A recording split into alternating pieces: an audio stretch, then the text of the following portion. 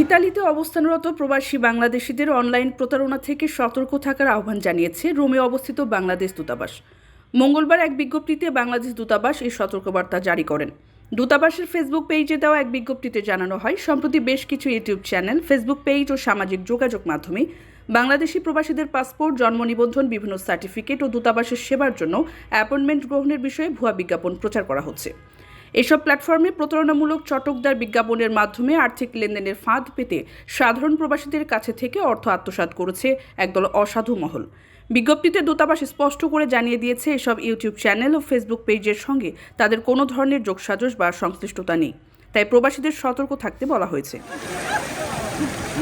কারো কাছে স্বপ্ন পূরণ, কারো আনন্দের উপলক্ষ, আবার কারো জীবন পাল্টে দেওয়ার মুহূর্ত, কখনো জীবন বাঁচাতে সর্বোচ্চ গতিতে উড়ে চলা, কারো আবেগের শেষ মুহূর্ত, আপনজনের শেষ বিদায়ে শামিল হওয়া, এমন সব ইচ্ছে পূরণে সর্বনিম্ন ভাড়ায় দ্রুতগতির বাহন প্রবাসীর হেলিকপ্টার। আপনার প্রয়োজনে যোগাযোগ করুন আমাদের হটলাইনে।